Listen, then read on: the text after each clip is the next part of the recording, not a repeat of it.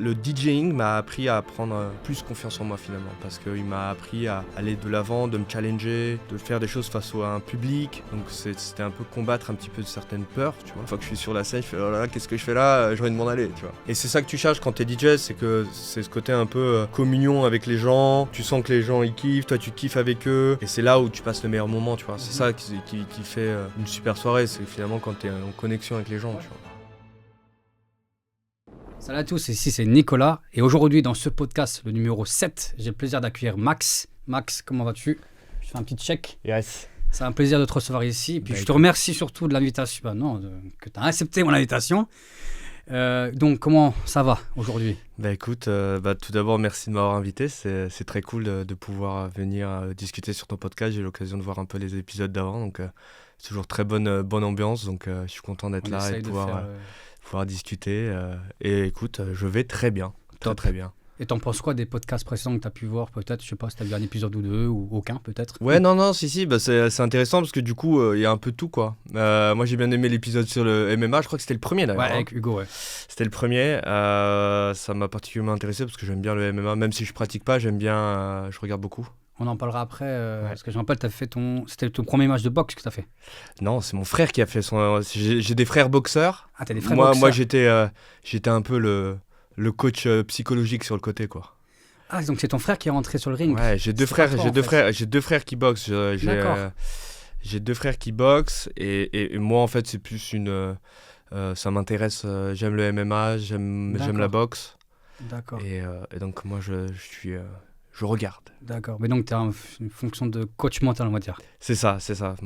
Alors, c'est un des petits... Alors, parce que j'ai deux petits frères et un grand frère. Et d'accord. C'est un des deux... Vous êtes 4? Ouais, on est 4. Pas de sœur? Non, pas de sœur Okay. chez nous. Et en fait, il y a un frère Édouard qui a eu un combat de boxe à Varsovie, à une gala. Et donc là, j'étais sur le côté du ring, un peu justement psychologique, soutien. C'est pour ça, j'ai dû confondre, vous ressemblez beaucoup. On se ressemble beaucoup. Non, mais moi, j'ai cru que c'était toi. Ouais, non. Mais après, j'avais aussi la tenue, ouais. J'avais le t-shirt spécial avec écrit Boxing Ring et tout. Donc ça pouvait pas prêter à confusion. Ouais, parce que j'étais persuadé que c'était toi, et même dans ma série de questions, j'avais fait le parallèle, tu vois, entre... je pensais... En fait, j'avais une question à te poser par rapport à ça. Ouais. Parce que j'avais vraiment la vision que c'était toi sur le ring de boxe. Et ma question, c'était... Quels étaient ton ressenti, enfin tes émotions? Est-ce que c'était similaire quand tu rentrais en scène pour jouer devant, je sais pas, des milliers de personnes ou des centaines de personnes dans une boîte de nuit ou en festival par exemple, et rentrer sur un ring? Est-ce que c'est des émotions similaires? La question là, je vais l'effacer. Mais j'avais préparé ça parce que j'étais persuadé que... Non, mais cela dit, on pourra certainement en parler du ressenti avant de rentrer en scène. Ça c'est prévu.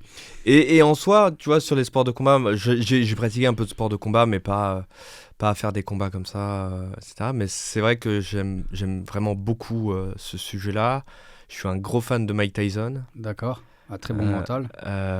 Et j'ai eu l'occasion dernièrement de lire son bouquin, donc pour ceux qui... Tu sais qu'il est venu en Pologne récemment. Ouais, il est venu en Pologne. Ouais, il est venu pour les pigeons, ouais. Ouais, j'ai vu. On en rigole, mais c'est un passionné de pigeons quand même. Non, mais moi je trouve que c'est un personnage qui est passionnant par sa carrière, par aussi sa psychologie en fait, aussi, parce que j'ai encore plus ressenti ce côté... à quel point il est incroyable en fait aussi en lisant son livre, comment cet homme il a évolué psychologiquement tout au cours de sa vie. Il a un background très, très lourd, il a eu une carrière où il était le vilain, il se décrivait comme ça dans le livre, et c'était vraiment le personnage que tout le monde détestait, les médias voulaient aussi le détester, etc. Et de réussir... avec sa carrière et son background, etc., de finalement devenir quelqu'un de beaucoup plus apaisé aujourd'hui, etc. Moi, j'adore regarder son évolution. Je trouve ça un personnage extrêmement intéressant. Donc, c'est une de tes inspirations dans ta vie? Un petit peu, ouais. Il y a pas mal de sports comme ça que j'aime regarder, des choses qui m'impressionnent, parce qu'il y a un côté un petit peu détermination que je trouve assez intéressant à appliquer dans la vie. Et donc je ressens ça par exemple avec les sports de combat, je ressens ça par exemple aussi sur les sports extrêmes type surfeur de grosses vagues. J'ai eu aussi une grosse période où je regardais énormément de de vidéos, etc. Et c'est des choses qui m'inspirent, que j'aime bien un petit peu regarder. Ça m'inspire pour ma vie. Mais de ce que je comprends, là, c'est plus uniquement des sports individuels, pas collectifs. C'est vrai, ouais. C'est vrai que c'est plutôt des sports individuels, même si j'ai eu ma période un peu foot aussi, comme j'ai envie de dire presque tout gamin. Oui, comme moi. Mais c'est vrai que, et ça je le remarque surtout en étant adulte, je suis plutôt un individuel. Ouais. D'accord. Dans le travail, pareil, je préfère, j'aime bien travailler seul. Alors je suis aussi quelqu'un de très sociable, mais c'est vrai que j'aime bien mes moments de solo, de réflexion, d'inspiration. Ouais, t'en as besoin en plus dans l'univers musical. Donc... Ouais, beaucoup. Et c'est vrai que je suis plutôt un individuel, donc c'est peut-être il y a peut-être un paradoxe entre le fait que j'aime les sports de combat ou les sports individuels et le fait que je suis un peu un individuel aussi. Ouais. D'accord. Bon, très bien, c'est un bon début. Belle énergie, c'est top.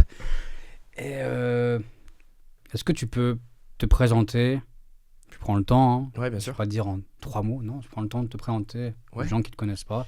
Qui t'es, quel âge t'as, qu'est-ce que tu fais en Pologne aujourd'hui, etc. Vas-y. Alors, je m'appelle Maximilien. Donc, je vais avoir 32 ans en novembre. Et en fait, je suis franco-polonais. J'ai aussi des origines vietnamiennes côté mon père. C'est pour ça que j'ai un nom de famille vietnamien. D'accord. Donc... Si je peux poser une question, c'est que ton père est né au Vietnam, c'est ça? Non, mon père est né en France. C'est mon arrière-grand-père. D'accord. Donc c'était encore les temps de l'Indochine. D'accord. Qui, lui, est venu faire ses études en France. Il s'est marié à une Française et il est resté en France, en fait. D'accord. Et donc, du coup, donc mon grand-père, côté mon père, était moitié vietnamien. D'accord. Mon père, un quart. Et nous, on est un huitième un huitième vietnamien. Mais comme c'était une lignée de garçons, du coup, on a le nom de famille qui est resté, quoi. D'accord. C'est intéressant. Donc c'est ça. Et en fait, moi, donc, je suis franco-polonais, mais j'ai quasiment vécu toute ma vie en Pologne. C'est-à-dire que je suis arrivé à Varsovie, j'avais 1 an à peu près, donc c'était en 93. D'accord. Donc en fait, mes parents se sont rencontrés à Paris. D'accord. Ma mère a habité pas mal d'années, je crois une dizaine d'années à Paris, si ce n'est même un peu plus. Et en fait, ils se sont rencontrés avec mon père à Paris et ils sont revenus une fois que la Pologne s'était libérée du bloc communiste. Du coup, ils sont venus faire carrière ici en Pologne, parce que c'est vrai que mais c'est toujours d'ailleurs un pays plein d'opportunités, mais à l'époque, c'était encore plus d'opportunités parce qu'il y avait tout à faire, quoi. Mais il y avait quand même une forme de courage. Complètement. C'était un petit peu... un peu aller vers l'inconnu. Et en plus, ce qui est drôle, c'est que mon père est plutôt quelqu'un de très élégant, etc. Ouais. Donc c'est vrai que pour lui, aller en Pologne communiste, où lui, il venait avec ses habits un peu, tu sais, de marque, etc., arriver finalement en Pologne, qui était à l'époque assez pauvre, etc. Ouais. Oui, c'était un autre monde. C'était un autre monde, tu vois. C'est en quelle année qu'ils sont venus ici? Ils sont venus en 93. Ouais, 4 ans après la chute du communisme. Ouais. Ah oui, mais en plus, là, c'était encore compliqué. La transition pour la Pologne à ce moment-là était extrêmement compliquée. C'est ça, il y avait les mafias, il y avait beaucoup de gens qui étaient partis, il y avait un peu d'insécurité. C'était une autre époque. Hein. Oui, c'est pour ça que je trouve ça courageux, en fait, pour tes parents, de faire cet acte. Parce que en 93, partir de France, ou... En comparaison, en France, je crois à l'époque, on était en francs, d'accord. Il y avait un SMIC beaucoup plus élevé qu'en France. C'est sûr. Qu'en Pologne, pardon. Je ne me rappelle plus combien c'était le SMIC en France, mais on était peut-être dans les 5 000 francs, 4 000 francs, je pense. Ouais. En Pologne, maintenant, si on compare les données, le SMIC en 95, 96, c'était à 50 € par mois. Donc, ce qui équivaut à 300 francs. Ouais, non, donc, c'est pour ça, le courage au niveau financier, et puis lancer une carrière ici, puis avec les Tu étais déjà né ou pas? Moi, j'étais né, mais moi, j'étais tout petit. Oui, en plus, tu m'as dit d'être 2 frères. Ouais. Alors j'ai un grand frère qui, lui, était né, et les 2 petits n'étaient pas encore nés. Mais ton grand frère, il avait quel âge à l'époque? Alors lui, il a 2 ans de plus que moi, donc il avait 3 ans. Donc il avait... ouais, c'est ça, exactement. Et ton père, il arrivait en Pologne, il parlait pas la langue? Non. Ouais, encore plus. Mon respect, tu pourras lui dire après le podcast. J'y ferai ça, c'est sûr, parce que là... Non, je me dis encore aujourd'hui, tu sais, quand quelqu'un, maintenant, il y a des familles qui partent de France pour s'installer à Varsovie, pour du travail, ils trouvent ça à l'avance, il y a une très grosse préparation généralement. Enfin, je le vois dans l'immobilier, ils nous contactent, voilà. Ouais. on a trouvé un travail dans telle entreprise, on commence en 2 mois. Il y a une préparation, il y a Internet. Ouais. Tu trouves toutes les informations. Ouais, tout ça. Ouais. Et en 93, non. Donc, chapeau bas. C'était vraiment l'inconnu. Hein. C'était vraiment l'inconnu. Oui. Puis il fallait venir en voiture. Avec 2 enfants en bas âge. C'est une histoire incroyable. Tu me choques là. Et ils sont venus. Et donc en fait, au début, alors je ne sais plus exactement dans quel ordre, mais moi je me souviens en tout cas des souvenirs quand on était petit. En fait, mon père, de formation, il a fait l'école d'hôtellerie. D'accord. Et d'ailleurs, ma mère aussi a passé aussi un diplôme d'hôtellerie qu'elle a passé en France. Mais à la base, ma mère était donc de formation, elle était musicienne. Elle a fait l'école de musique. D'où le lien. Voilà, exactement. D'accord. Et je me souviens, en fait, on avait, il y a très longtemps, on avait notre maison à Bemovo. Et en fait, Bemovo en 95, c'est un autre niveau, c'était des champs.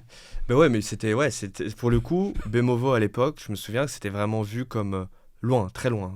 Tu vois. C'est comme Villeneuve. Ouais. À l'époque, c'était des marécages, des champs, je veux dire. Et nous, en fait, on avait notre maison et au bout du jardin, il y avait les cuisines.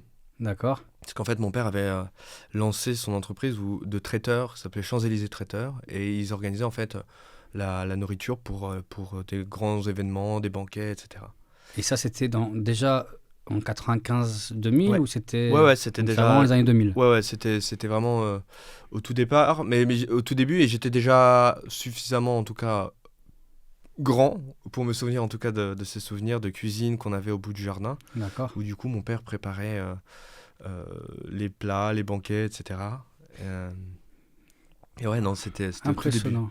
Et durant cette période-là, je suppose que tes parents, des fois, ils revenaient en France pour visiter la famille de ton père. Comment ça se passait en fait? Ouais.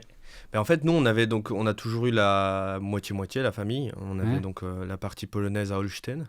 D'accord. Donc, une ville au nord de la Pologne. Après, à l'époque, je pense pas aller en voiture, c'était une autre histoire. C'était une autre histoire, ouais. Et les routes étaient pas pareilles que maintenant. Non, mais je pense que c'était quand même, bien dangereux. C'était un périple, je pense, aussi, sur la route.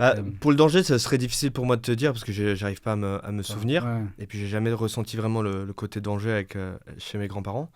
Mais je parle de la route. Hein, dans ce sens-là, ouais. Je parle pas d'Holstein. Je parle le fait de... Tu sais, aujourd'hui, quand tu vas à Mazuret en voiture... Ok, les infrastructures, elles sont correctes. Ouais. Les années 95, à mon avis, c'était différent. Ouais, c'était une voie, quoi. Mais voilà, une voie, et puis ils sont à 3 roulés. Avec les culs de poule, etc. Les culs de poule, et puis à 3-4 voitures. Bien sûr. Et en fait, nous, en France, c'était... on avait une partie de notre famille à Paris. D'accord. Et sinon, en fait, toute mon enfance, tous les étés, surtout, c'était mes souvenirs, c'était le Pays Basque. Le Pays Basque, d'accord, une très belle région en plus. Voilà. Et donc en fait, là, au Pays Basque, on avait, c'était notre maison de famille en fait. D'accord. Et tous les cousins, les frères, donc le frère et la sœur de mon père se retrouvaient en fait dans cette maison et on passait du temps ensemble en fait. D'accord. Mais quand tu étais petit, à l'âge de 5, 6, 7 ans, quand tu as la conscience qui commence à venir, tu vois les différences. Ouais. Peut-être tu parles de, je sais pas, tu pars en vacances de Varsovie, peut-être tous les ans, peut-être tous les 6 mois, je sais pas. T'es gamin, tu vois comment c'est ici, ça commence à peine à se développer, t'es vraiment au début de la phase de développement. Bien sûr. Et tu vas en France, c'est un autre monde déjà, tu vois un énorme décalage. Tu ne te posais pas des questions où tu comprenais ce qui se passait, comment tu voyais les choses en fait à l'époque? Alors, en fait, pour moi, tu vois, c'était... alors déjà, nous, on habitait là où la maison était aux Pays-Bas, c'est un petit village, tu vois. Mm-hmm. Donc... pour moi, le contraste, il était assez fort, mais pas déjà... Alors, au niveau langue, pas trop, parce que c'est vrai que pendant très longtemps, mes premières années en Pologne, je vivais un peu comme dans une bulle française un peu fermée, tu vois. J'avais le contact, bien sûr, avec le polonais, parce qu'on avait notre nounou qui était polonais, parce que les deux parents travaillaient. Donc souvent, on était avec la nounou, avec qui on passait beaucoup de temps. Et avec elle, on parlait en polonais. Mon polonais était... un peu cassé parce que j'étais au lycée, j'étais à l'école française. À la maison, on parlait plutôt français parce que ma mère elle parlait couramment français. Donc on a toujours beaucoup communiqué en français à la maison. Donc mon niveau de polonais était un peu plus bas forcément que mon niveau français. Et puis c'était vraiment changement d'univers quoi. C'était donc la Pologne toute l'année. Et le Pays Basque, c'était toujours l'été, le moment où on se retrouvait avec les cousins, la pêche au crabe. Et t'as des beaux souvenirs. Ah ouais, non, c'était incroyable, tu vois. Et puis, c'était toujours les 2 mois d'été, c'était au Pays Basque. Et ce qui est drôle, c'est que maintenant, mes parents habitent au Pays Basque. Donc, en fait, D'accord. Ah oui, ils sont repartis en France. Ouais, Alors. ils sont retournés en France. C'était il y a 14 ans maintenant, je pense. D'accord, ça veut dire un moment. Ouais. D'accord. Moi, en fait, j'étais reparti avec eux aussi. D'accord. Donc, j'ai fait mes 2 dernières années de lycée là-bas au Pays Basque. Mm-hmm. Et une fois que j'ai fini mon lycée, je suis retourné en fait en Pologne faire mes études.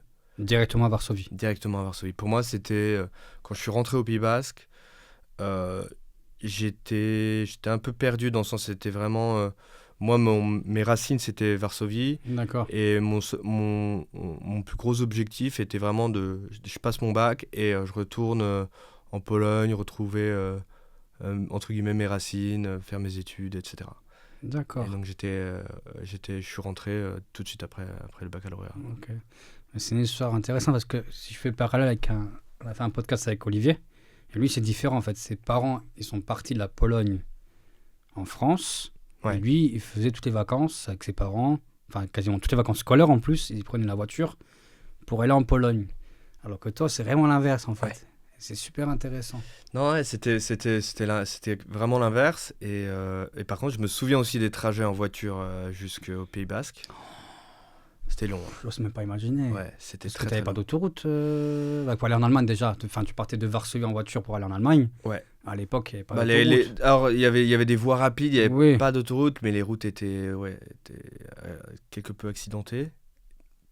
Mais les trajets étaient très longs, ouais. C'était toujours... Et puis Pays Basque, c'est pas, quand tu arrives, je sais pas, côté Metz, Luxembourg, il faut encore descendre plus bas. Hein. Ouais. Et nous, on passait souvent par Paris, et après... Paris, Pays Basque. T'as jamais songé à t'installer à Paris ? J'y pense parfois.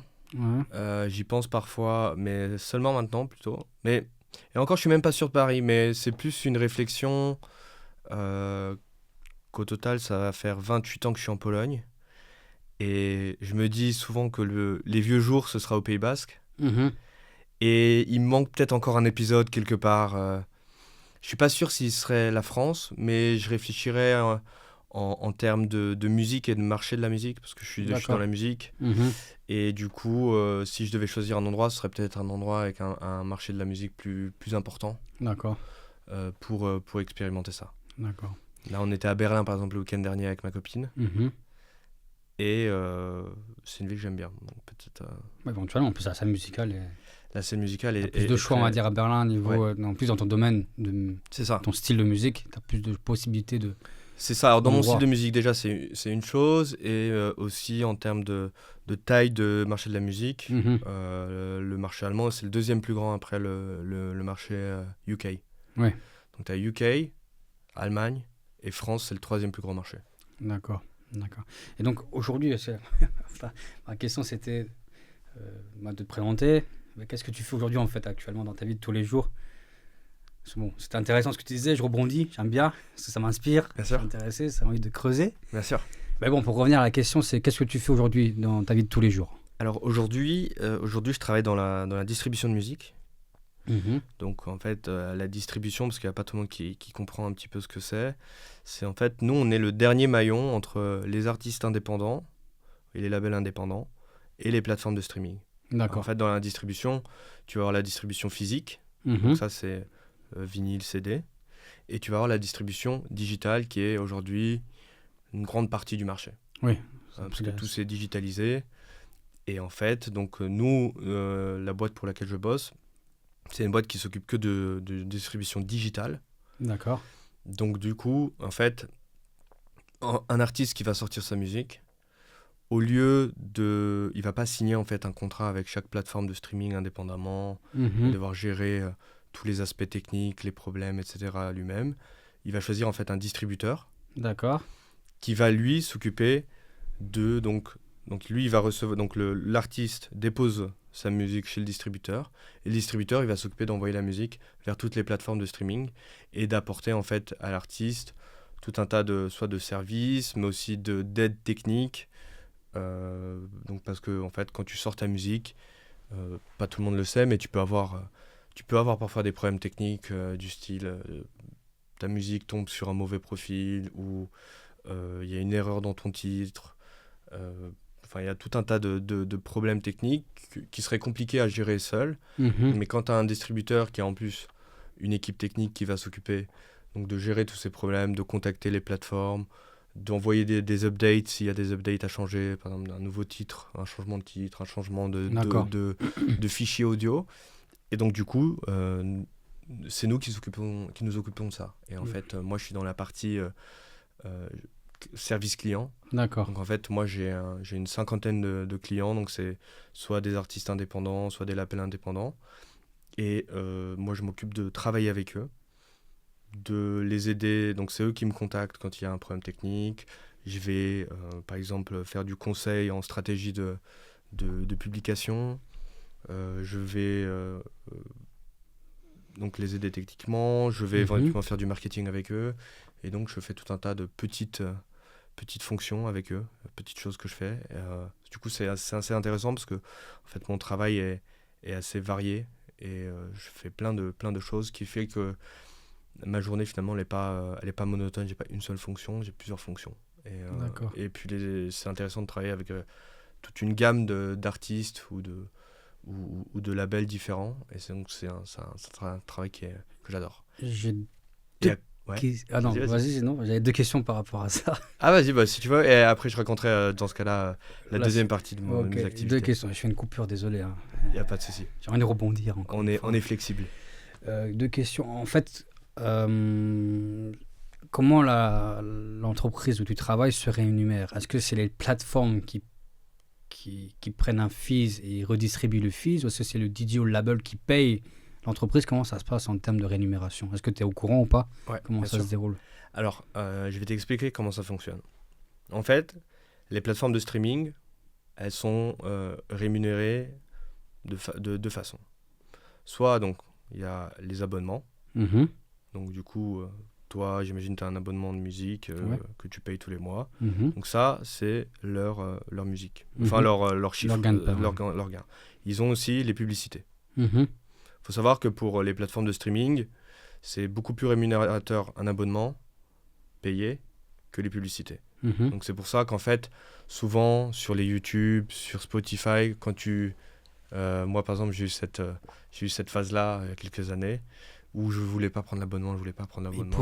Et ils te poussent, ils te mettent de plus en plus de YouTube. pubs. Voilà, et ils te mettent de plus en plus de pubs pour que finalement tu passes à un abonnement. Parce que eux, dans leur intérêt, c'est plus intéressant d'avoir quelqu'un qui paye un abonnement tous les mois plutôt que d'être rémunéré par la publicité. Voilà. Donc en fait, ça c'est la rémunération pour les plateformes de streaming. Et en fait, nous, on prend en fait un pourcentage des rémunérations des artistes. Donc tu vas te mettre d'accord, par exemple, je sais pas, sur 20%. Donc toi, tu vas prendre 20% des royalties de l'artiste. D'accord. Et lui, il va prendre 80% de ses royalties. Et en fait, souvent, ça fonctionne de telle manière que plus l'artiste est important, plus le pourcentage que tu prends est petit. D'accord. En fait.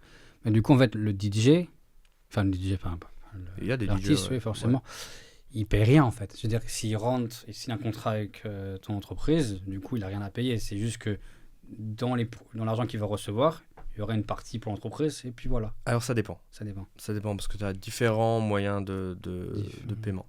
Différentes formules, d'accord. Ouais. En fait, donc, soit tu peux avoir aussi des souscriptions payantes. Donc, par exemple, tu vas avoir aussi des agrégateurs. Donc, les agrégateurs, ça, c'est un distributeur, mais sans la fonction que nous, on donne avec le contact client, etc. Donc, c'est juste, tu poses ton son, tu mets une date, il sort ton son, mais tu n'as aucune interaction avec des gens, tu n'as pas de support technique, réel, où tu as quelqu'un que tu peux appeler, etc. C'est tout par mail, tu n'as pas de contact humain, etc. Et donc, par exemple, avec des agrégateurs, tu vas payer un abonnement à l'année. Et par exemple, tu as différents moyens de souscription. Tu vas avoir alors soit le paiement à l'année, donc pour un nombre illimité de musique, soit tu vas avoir par exemple un paiement par morceau, tu vas payer une certaine somme. Donc ça dépend. D'accord. Mais donc l'artiste, donc en fonction, soit il va avoir des choses à payer, soit il va pas avoir des choses à payer. D'accord, c'est en fonction de la proposition. Ouais, ça dépend du modèle économique en fait. D'accord.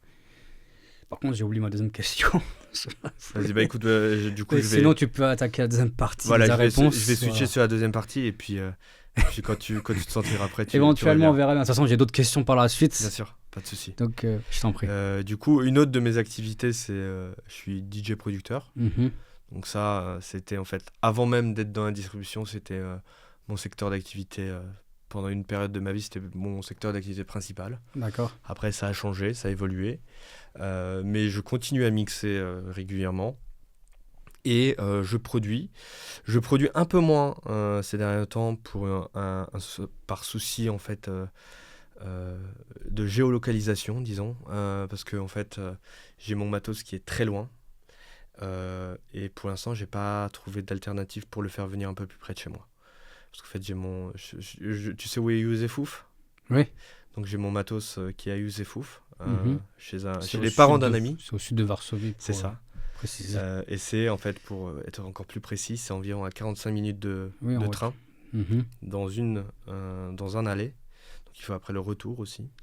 Et en fait, j'ai pas de voiture, donc c'est un peu compliqué pour moi d'aller là-bas. Et moi, j'aime bien, en fait, d'avoir mon workflow, en fait, où je travaille avec les machines, parce que j'ai pas mal de matos. D'accord. Et j'aime bien travailler avec mon matos pour, d'une part, me limiter sur ce que j'ai physiquement à portée de main. Et deuxièmement, parce que ils ont leur sonorité un peu particulière, parce que tu choisis des synthés par rapport à leur sonorité. Et donc, du coup, c'est un petit peu la raison pour laquelle j'aime bien ce workflow-là. Et j'ai pas accès, en fait, pour l'instant, à mon matos. Mais donc ça, c'est mes activités de producteur et mes activités de DJ. Donc ça, c'est presque tous les week-ends, ça dépend. Donc ça dépend des périodes. Il y a des périodes un peu d'été où c'est toujours les périodes les plus actives parce qu'il y a plus de choses qui sont ouvertes. Surtout à Varsovie. Voilà, il y a aussi les festivals. Et donc du coup, c'est vrai que souvent pendant l'été, les activités sont beaucoup plus vives et actives. Et aussi par rapport à mon style de musique, en fait, moi je suis plutôt on va appeler ça la musique underground. Donc c'est un peu moins la musique grand public ou commerciale. Et du coup, c'est vrai que tu peux pas du coup mixer partout. Parce que cette musique ne va pas passer dans tous les clubs, tu vois. Ce qui est préférable aussi. Voilà. Ça, préférable, oui et non, ça dépend de quel point de vue tu regardes. Si c'est d'un point de vue rémunérateur, peut-être pas forcément. Oui. Après, t'as quand même passion de dire. C'est le côté de ton audience aussi, les spectateurs que tu as en face. Bah, en fait, moi j'aime bien l'aspect artistique derrière le DJing. Et donc du coup, c'est vrai que moi j'ai choisi un certain style de musique et je le représente en fait un petit peu. Je suis un peu comme un ambassadeur de ce style-là. Et du coup, c'est vrai que moi je préfère cette forme-là où je vais peut-être mixer un peu moins, mais mixer pour un public un peu plus qui vient pour la musique. Oui, c'est ça en fait que je veux dire. Parce qu'imagine, tu vas mixer à Antlava, que eux ils ont l'habitude de mixer que de commercial basique. Enfin bref, c'est pas une scène musicale, c'est pas recherché. C'est pas ton environnement, je veux dire. Non. Après, tu sors de ta zone de confort. Là, c'est sûr. Là, c'est sûr. Mais voilà, je pense qu'en tant que DJ, si t'as la passion, t'as l'échange avec le public, tu vois les gens qui dansent, tu sens l'énergie, enfin t'as une vibe. Et si tu joues et que tu vois que les gens sont comme ça. Non, bah en fait, tu sais, par exemple, souvent les gens qui vont à Enclava, ils viennent pour connaître la musique. C'est-à-dire qu'ils n'ont pas besoin de découvrir des choses, ils ont envie d'écouter des choses qu'ils connaissent, des choses qu'ils peuvent chanter, des choses qui leur semblent plus familières. Et c'est vrai que souvent, les gens qui écoutent de la musique plus électronique, underground, j'ai envie de dire. Électronique, bon, elle peut être commerciale aussi, mais plus underground. Ils vont apprécier, par exemple, le fait de découvrir quelque chose, d'être surpris. Donc, du coup, c'est un peu différent. Ouais, ça m'arrive souvent, en fait. Quand j'écoute, je dis, ah tiens, c'est pas mal ça. J'aime bien. Ouais, tu découvres des choses. Même si aujourd'hui, la musique, par exemple, techno est devenue aussi extrêmement populaire. C'est vachement démocratisé. Oui, c'est vrai. Donc c'est là où on commence à se poser la question, est-ce que c'est parce que quand on appelle musique underground, finalement c'est une musique peu connue, qui vient du sous-sol, etc. Tu sais, moins populaire, mais c'est vrai qu'aujourd'hui, la musique techno, par exemple, est très écoutée. Du coup, ça remet presque en question le terme, tu vois. Pour rebondir sur ce que tu dis par rapport à ça, la démocratisation de la musique électro, tu prends le cas des festivals. Comme tu as vu depuis longtemps en Pologne, tu as connu les débuts des festivals comme Audio River. Audio River, avant, c'était un petit festival qui s'est agrandi à une vitesse grand V. Mais bon, les prix aussi, ça a bien augmenté entre-temps, mais ça a complètement changé. Bien sûr. Tu prends Mayday, à Katowice, c'est pareil. Ça a commencé, je crois, il y a 15 ans déjà, Mayday. Ouais. Il y a Sunrise Festival aussi. Ils se sont démocratisés, développés. Niveau business aussi, tu vois qu'il y a quand même une autre approche marketing. Les DJ qui ramènent. Enfin, il y a Orange Festival, par exemple. Après, c'est Orange Festival, c'est un peu différent. Ouais, mais en fait, c'est différente, là. Ouais, parce qu'ils ils ont différentes lignes artistiques.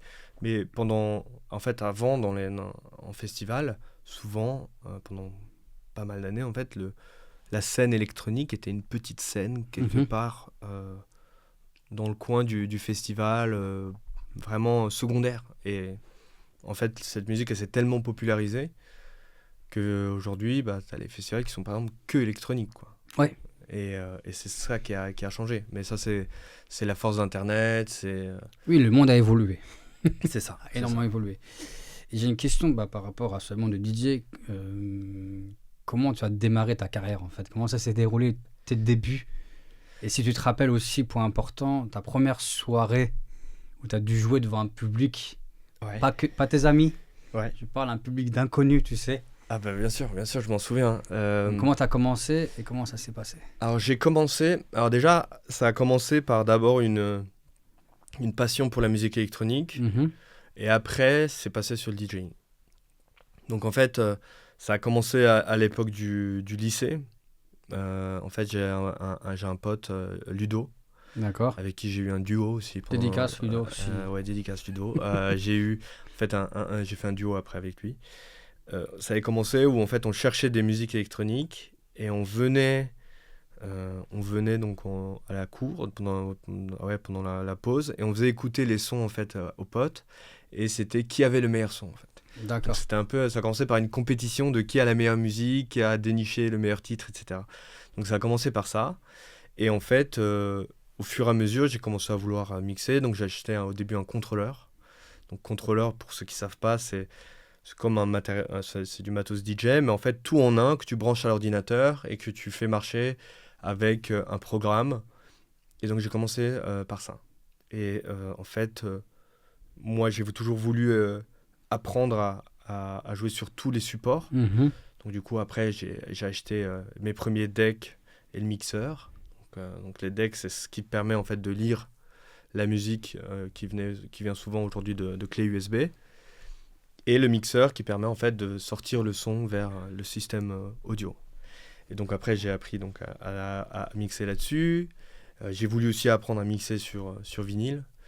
Donc je me suis acheté aussi 2 platines vinyle pour apprendre à mixer sur vinyle. Donc j'ai commencé à acheter mes premiers vinyles, etc.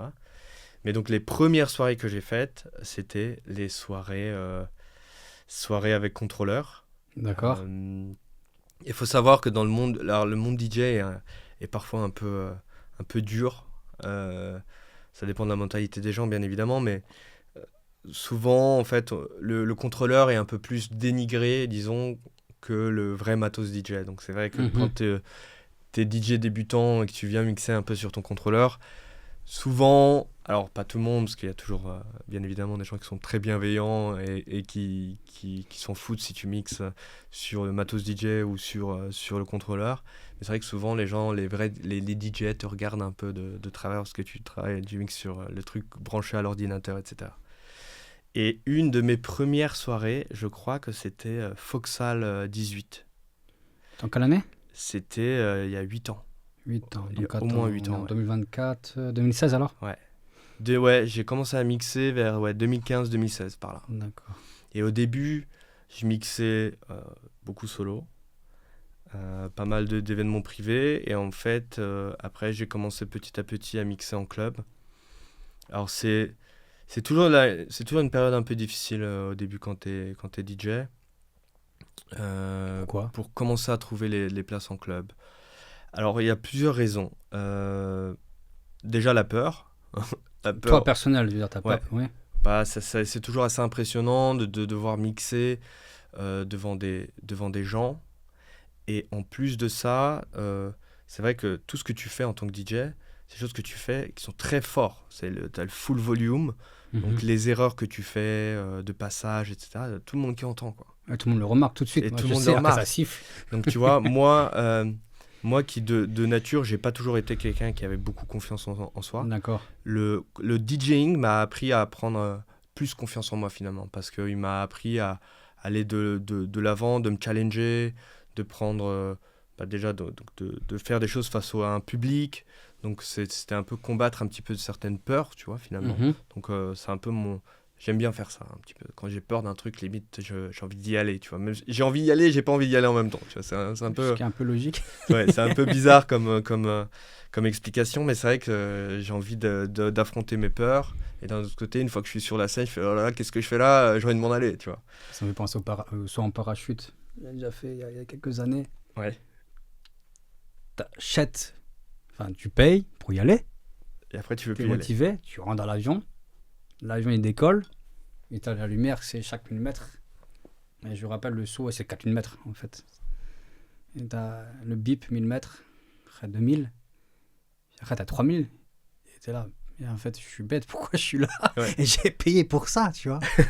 J'ai payé quand même pour ça. Et après, voilà. Je sais pas si t'as déjà fait du saut en parachute. Jamais, ouais. Mais ça pourrait être quelque chose que j'aimerais faire. Ouais. Écoute, moi, ce qui m'a vraiment choqué, c'est quand ils ouvrent la porte. T'as le vent qui arrive d'un coup. Et je sautais en dernier. Donc j'ai vu tout le monde passer devant moi, tu sais. Puis tu vois les gens qui sautent, et c'est quoi, des pions, quoi. Et, ouais, et ça passe vite apparemment. Ouais, 60 secondes la chute libre. Ouais. Après, bon, t'as le parachute qui s'ouvre.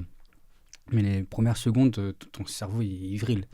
Littéralement, en fait, c'est une émotion que tu connais pas et tu comprends pas. Enfin, c'est ce que moi j'ai ressenti, je connaissais pas l'émotion là, en fait. Ouais. Et pendant 20-30 secondes, t'as ton cerveau qui est en tension, qui braque.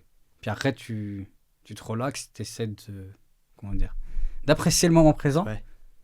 Puis après, t'as le parachute, et puis... Mais c'est... Ouais, c'est...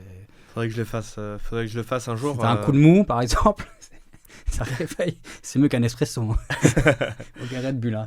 Non, écoute, faudrait que je teste un de ces quatre. Il y a aussi, à Varsovie, si t'es intéressé, t'as les vols acrobatiques. Ok. Tu connais un peu ceux qui font des vols Red Bull, tu sais, les petits avions qui font des... Ouais. Bah, près de Varsovie, il y a un aéroport, ils font ça. Ok. Ça dure 10 minutes maximum, parce qu'ils m'ont expliqué que plus de 10 minutes, les gens, ils tiennent pas. Ok. Et donc, en fait, les passagers, j'imagine... Ouais, ils ne vont pas conduire l'avion. Ouais. Et ils te font ce... Ah ouais, t'as des jets, ils font des montées, machin. J'ai vu, je vais le faire. Mais c'est vrai que ça apparemment... Je te laisserai tester. Ah, puis je te dis ça. Et puis, une fois que tu auras testé, approuvé, tu me ferais signe et je me lancerai peut-être. Je te tiens au courant. mais donc, du coup, aussi, ce qui est difficile, c'est en fait... les places, elles sont très prises finalement comme DJ. Mm-hmm. Et c'est pas toujours facile en fait de trouver quelqu'un qui va pouvoir un peu t'introduire, qui va te donner en fait ta première chance. Donc au début, il faut être un peu vaillant et insister. Pousser les portes. Ouais. Voilà. Et c'est pas toujours évident de pousser ses premières portes et aussi de faire bonne impression dès le début, entre guillemets, pour qu'ils aient envie de te reprendre et que tu viennes mixer régulièrement, etc. Mais au début, tu jouais gratuitement, admettons, pour montrer tes preuves ou... C'est ça. D'accord. Tu te lançais gratuitement et tu montrais ce que tu pouvais faire. Voilà. Je montrais et donc ça faisait petit à petit. Et en fait, après, on a commencé un duo avec mon pote Ludo, qui s'appelait Yoruba. Okay. Qu'on a fait pendant, il me semble, 5-6 ans, quelque chose comme ça. Mm-hmm. Et là, on a fait beaucoup de choses. On a fait beaucoup de choses... parce qu'on faisait beaucoup de choses avec les marques, on faisait beaucoup parce que tu sais les marques de mode ou surtout les marques de mode, j'ai envie de dire, qui ont par exemple des nouveaux produits ou à présenter. Mm-hmm. Ils ont souvent un DJ, donc tu fais des événements un peu de mode, on faisait les clubs, on faisait nos propres soirées. Et en fait, aujourd'hui, le DJ, il a beaucoup de casquettes. Il faut tout faire quand tu es DJ aujourd'hui. C'est-à-dire qu'il faut être DJ, donc il faut mettre la musique. Il faut très souvent, en fait, être aussi organisateur d'événements. Marketing. Personal branding. Ouais, les réseaux sociaux. Donc avec les photos. Les vidéos, les voilà, exactement. Et aujourd'hui, c'est dur d'être un peu DJ, de pouvoir par exemple que de se focus sur la partie musique. À moins d'avoir une team, derrière ça que tu payes. Voilà, ou alors une super copine qui va te libérer un peu d'une partie du travail. Par exemple, moi j'ai souvent ma copine qui me fait des photos ou des vidéos pendant que je mixe. Et d'ailleurs, merci Sonia, parce qu'elle me fait souvent donc des super photos. Sonia. Voilà, bien évidemment des dédicaces Soso. Et du coup, donc c'est elle qui me fait les photos, qui va m'aider avec la com.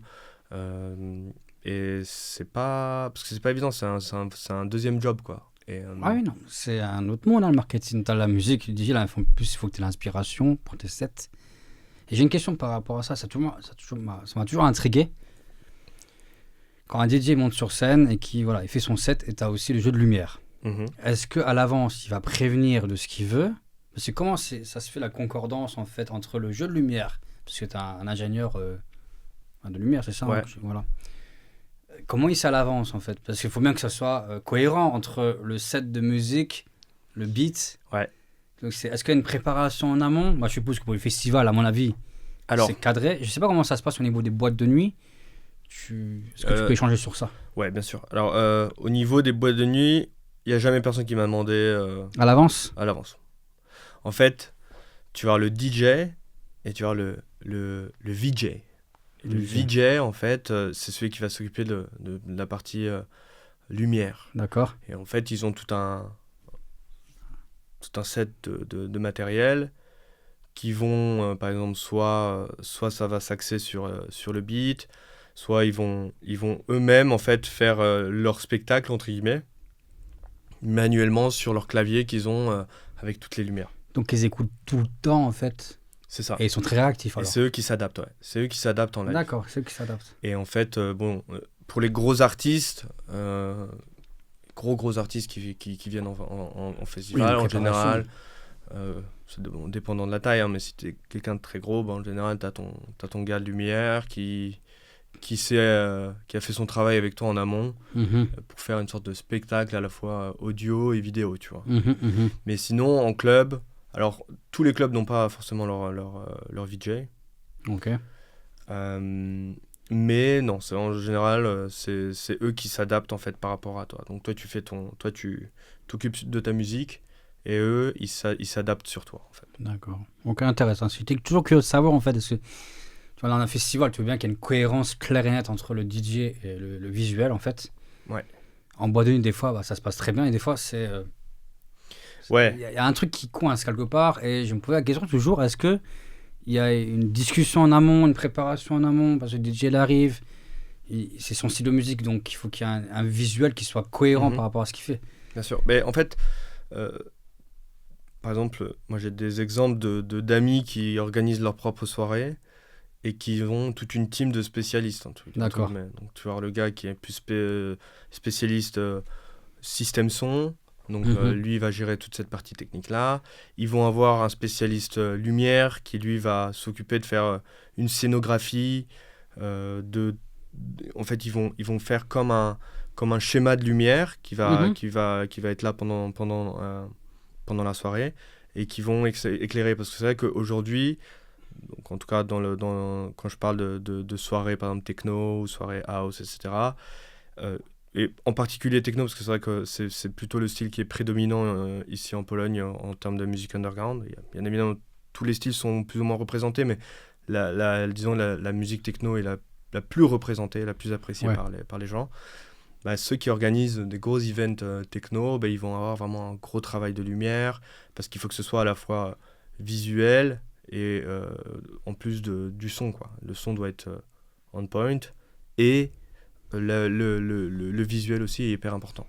D'accord. Donc c'est pour ça qu'il y a toute une préparation et que c'est vraiment une soirée réussie, c'est vraiment un ensemble Il y a des éléments, en fait. Ouais, t'as exactement. beaucoup d'éléments. Parce que tu vois, tu pourrais avoir le meilleur DJ du monde, s'il n'y a pas du tout de lumière pendant la soirée, bah, ça casse un peu l'ambiance. Exactement. Oui. Même si le son reste le plus important, la lumière est certainement aussi un élément que tu peux pas laisser de côté. Bah, je prends un exemple, là, quand tu as eu un peu le développement des silent disco, tu sais. Mm-hmm. Moi, j'arrive pas à comprendre le concept, tu sais. Parce que, généralement, t'as pas de lumière. Ouais. C'est un truc, voilà, en extérieur, les gens mettent le casque. C'est individuel, je trouve. T'as 3-4 musiques. J'arrive pas à comprendre comment chacun a ses styles et ses goûts, tu vois, mais j'arrive pas, moi, à me mettre dedans, tu vois. Je me dis, mais il n'y a pas de jeu lumière, il n'y a pas d'ambiance. Ouais, alors... C'est particulier, en fait, hein, c'est individualiste, vraiment, je trouve. Ouais, bah les silent disco, il y a plusieurs éléments qui sont importants dans la silent disco et qui expliquent un petit peu le succès. Alors, déjà, c'est de pouvoir mettre du son dans des endroits où c'est plus compliqué de mettre du son à cause du voisinage. Ouais. Donc ça, c'est le concept le plus important chez eux, c'est justement le fait que les gens ont la musique sur le casque. Mm-hmm. Et donc, du coup, il y a moins de problèmes de voisinage. Cela dit, il y a quand même certaines silent disco où quand tu as les hits qui passent, tu as tout le monde qui chante à fond. Mais bon, ça reste quand même moins dérangeant que full bass, full système son, avec l'écho, etc. Donc c'est quand même un peu différent. Donc ça, c'est le premier truc. Deuxième truc, c'est souvent tu auras 2 ou 3 DJ. Donc tu vas avoir la possibilité à une même soirée, varier tous les plaisirs. Donc tu vas mettre le DJ... Oui, tu satisfais tout le monde. C'est ça. Tu mets le DJ ultra commercial, le DJ middle et par exemple le DJ underground. Donc tu vas avoir un petit peu donc déjà la possibilité de faire plusieurs propositions en même temps aux gens. Et le troisième truc que je pense qui est important, c'est le côté un peu marrant parce que je sais pas si tu as remarqué, mais tu as les codes couleurs qui sont en fonction oui, ça je me rappelle, j'avais fait une fois. Ouais. Voilà. Et donc du coup, c'est toujours marrant de voir qui est connecté avec toi et tu regardes un peu autour, tu dis lui il a la lumière verte comme moi. Ok, donc lui c'est un peu tel profil de personne. Enfin, il y a ce côté un peu aussi marrant de voir les gens. Je l'avais pas vu dans le sens-là en fait, d'accord. Et c'est les 3 trucs qui sont le fait le succès de la silent disco. Moi j'ai eu l'occasion de mixer à 2 silent disco. Mm-hmm. Et c'est pas, d'un point de vue DJ, c'est pas super pratique de mixer. C'est-à-dire qu'en fait tu te retrouves avec 2 casques. Et puis t'as pas de connexion avec le public. C'est-à-dire oui et non. Finalement, tu as un peu de connexion parce que toi aussi, en tant que DJ, tu vas regarder qui écoute ton channel. Imagine ces personnes dans ta chaîne. Ben, ça arrive. Moi, j'ai eu des situations où il y a personne qui voulait mon channel. Mais bien évidemment, ce qui est rassurant, c'est que ça dure pas toute la soirée comme ça. Oui, mais tu te poses des questions. Parce que si ça se trouve, ça marche pas. Ça, c'est un truc aussi en tant que DJ avec lequel tu finis par t'habituer, tu peux pas plaire à tout le monde. Et puis pareil, c'est une expression artistique, donc parfois tu vas faire un meilleur set, parfois tu vas faire un set qui est moins bien. Il y a beaucoup de choses qui rentrent en jeu. C'est comment dire, c'est pas paramétrique. C'est sûr que ton set il va être incroyable. Alors tu as des sets, parfois tu rates, et puis ça fait partie du job aussi que t'as fait un moins bon set. Donc l'important c'est d'en tirer des conclusions, de se poser la question qu'est-ce qui n'a pas été bon, qu'est-ce que je devrais éviter sur le prochain set que j'ai fait là, quel son n'a pas du tout marché, quel son il faut que je dégage par exemple de ma playlist. Ou les transitions peut-être. Ouais, les transitions. Alors les transitions, c'est important, ça dépend aussi un petit peu j'ai envie de dire dans la musique commerciale, c'est un peu moins important, les gens sont un peu moins sur l'aspect passage, même si c'est toujours plus agréable d'avoir quelqu'un qui fait des transitions entre morceaux connus et de façon propre et nickel, donc c'est toujours mieux. Mais juste pour terminer du coup par rapport à la silent disco, ce qui est plus compliqué en tant que DJ, c'est qu'en fait tu as ton casque sur lequel tu mixes, et normalement en fait quand tu mixes, donc tu as ta musique des 2 decks sur le casque, donc en fait tu entends les 2 chansons en même temps, et c'est ça qui te permet en fait de faire la transition. Tu vas choisir en fait un morceau qui a déjà à fond sur la salle. Donc ça, c'est le son qui joue. Et tu vas rentrer avec un autre son. Donc sur ton casque, tu vas choisir le prochain son qui va rentrer. Donc là, tu fais ta sélection. Et en fait, au casque, tu vas synchroniser les 2 chansons. Et en fait, tu vas éventuellement voir un petit peu comment ça va rentrer, etc. Et en fait, quand tu joues à la silent disco, ton son qui est full sur la salle, en fait, il est full dans le casque. D'accord. Dans un deuxième casque. Donc en fait, il faut que tu sautes entre les casques pour faire ton passage. C'est sportif. Donc en fait, tu vas d'abord sélectionner, donc tu as ton son qui mixe, tu vas sélectionner avec ton casque branché au mixeur la deuxième chanson qui va rentrer, et une fois que tu es sûr de ton choix et que c'est enclenché, bah là tu vas switcher de casque, tu vas mettre le casque Silent Disco comme tout le monde, avec ton channel dessus, et là tu vas écouter comment tu rentres avec la deuxième chanson. Et comment ça peut rentrer, ok. C'est ça. Et du coup, c'est pas ultra pratique de changer de casque toutes les 2 minutes.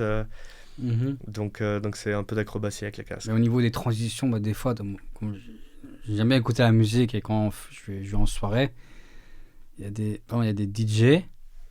Moi, ce qui me dérange, c'est quand tu connais la suite, en fait. Ouais. Que mettre 30 secondes de musique, tu sens déjà la transition et tu sais très bien que en fait, c'est un peu du copier-coller. Et que tu sais que telle musique va arriver, la suivante. Ou par exemple, tu passes d'un style de musique, tu vois, je sais pas, rap US. Ouais. Et d'un coup, ils vont mixer avec je sais pas, musique un peu lover, genre salsa, enfin bref. Il n'y a pas de sens, tu vois, tu es là, mais tu montes, tu sais, tu te concentres dans la musique, tu rentres dedans, et d'un coup, il met une cassure, mais ça n'a pas de sens. Et j'arrive pas à comprendre pourquoi ils font ça, des fois. Je me dis, mais est-ce que c'est pour plaire à tout le monde aussi? C'est possible peut-être aussi. Justement, ce que toi, tu détestes, et d'autres adorent, et ils veulent que ça. Et moi, j'aime pas. Tu vois, donc ça me casse mon ambiance. Moi. Mais s'ils le font, c'est que ça fonctionne, tu vois. Si ça fonctionnait vraiment pas, par exemple, tu sais, à Varsovie, tu as ce club à côté de Zagrebki. Ça s'appelle Raketa. Ouais. Là-bas, par exemple, ils vont passer les chansons de Noël en plein mois de juillet, par exemple, quand c'est tout en outdoor, etc. Et les gens, ils attendent que ça. Alors, la chanson de Mariah Carey, Last Christmas, ils vont attendre que ça, tu vois.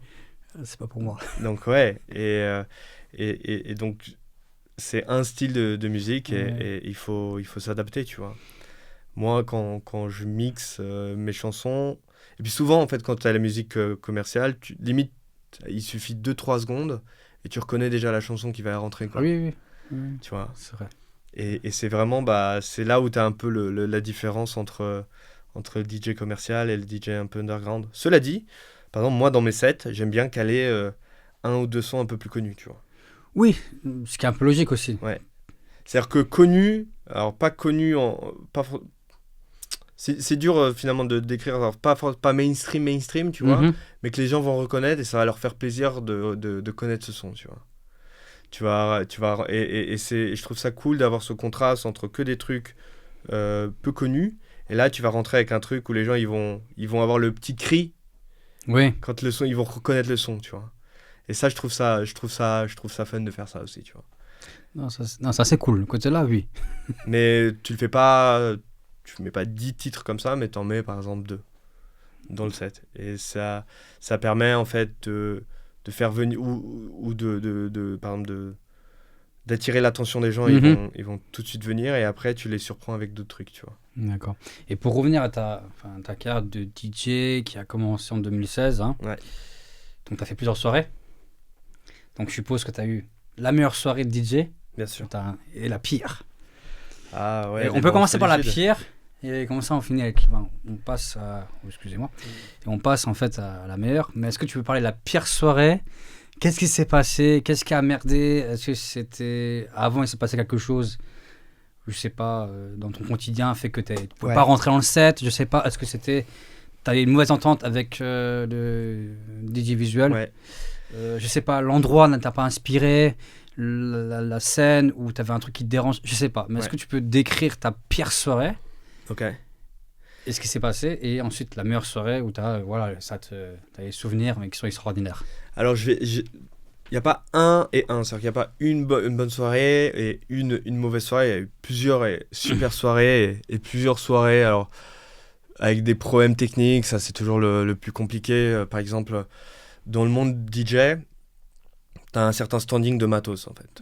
Souvent, en fait, dans tous les clubs, tu as le matos en termes de lecteur MP3, enfin lecteur MP3, donc de deck dans lequel tu branches tes clés USB. Souvent, le standard, c'est Pioneer. Ouais. En fait.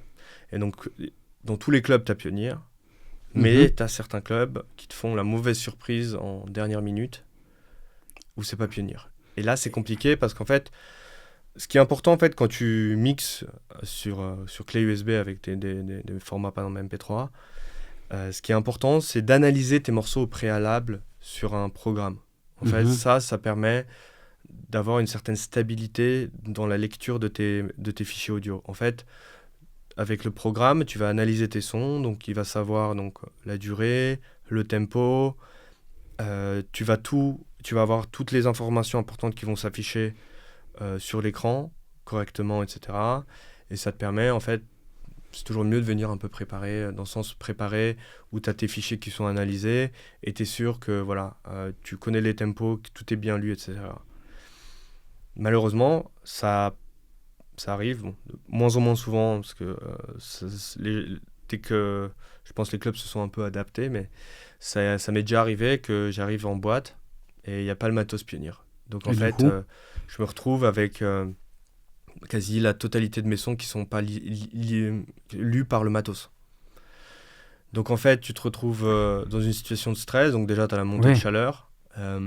Et en général, le stress n'est jamais une bonne source pour faire des bonnes choses. Voilà. Il y a du bon stress. Bon, je veux dire, il y a du bon stress qui te rend focus, mais il y a le stress qui te fait perdre un peu tes moyens. Et quand tu te retrouves, tu vas rentrer dans 5 minutes, t'as pas moyen de lire. C'est chaud. Ouais, t'es là avec la moitié de tes sons, ou voire moins. Donc tu dois mixer sur des trucs très limités, alors que quand tu mixes une soirée, bah, t'as pas envie d'être limité dans ton choix de musique que tu vas passer. Donc déjà ça, c'est une situation très compliquée. Donc moi j'avais une soirée comme ça où je passais en fait après un mec qui y avait un concert de rap.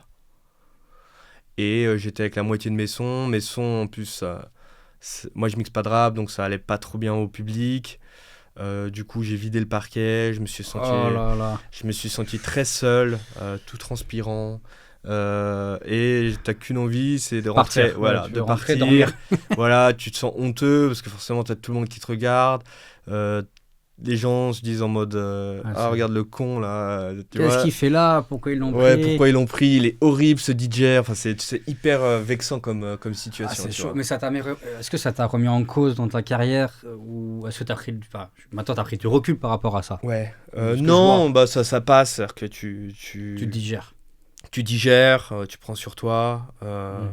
Tu préviens le club de changer de matos aussi pour le prochain DJ. Et puis t'apprends sur le coup, tu te dis, bah tiens, maintenant, il faut tu te crées un cahier des charges, en fait. Ouais, tu te fais éventuellement un backup, mais ça, c'est compliqué quand c'est vraiment une autre machine. C'est un peu compliqué. Tu peux pas faire grand-chose, donc t'espères juste que ça t'arrive pas plus souvent, quoi. Ou alors, la meilleure chose à faire, c'est d'avant de mixer, et c'est ce qu'on fait d'habitude en tant que DJ, tu demandes c'est quoi le matos qu'il y a. Oui. À l'avance pour savoir. Voilà. Et dans la pire des situations, tu leur dis non, moi j'aimerais bien mixer plutôt là-dessus. Si vous pouvez vous débrouiller pour louer ce matos en plus, parce que sinon il y a un standing et il faut le prendre en considération, tu vois. D'accord. J'ai eu une autre situation où et ça je m'en suis sorti pas trop mal, et c'était il y a pas très longtemps, et ça a été aussi l'expérience. J'ai eu un bug de clé USB. Donc ma clé USB, ce qui peut arriver. Voilà, ce qui peut arriver.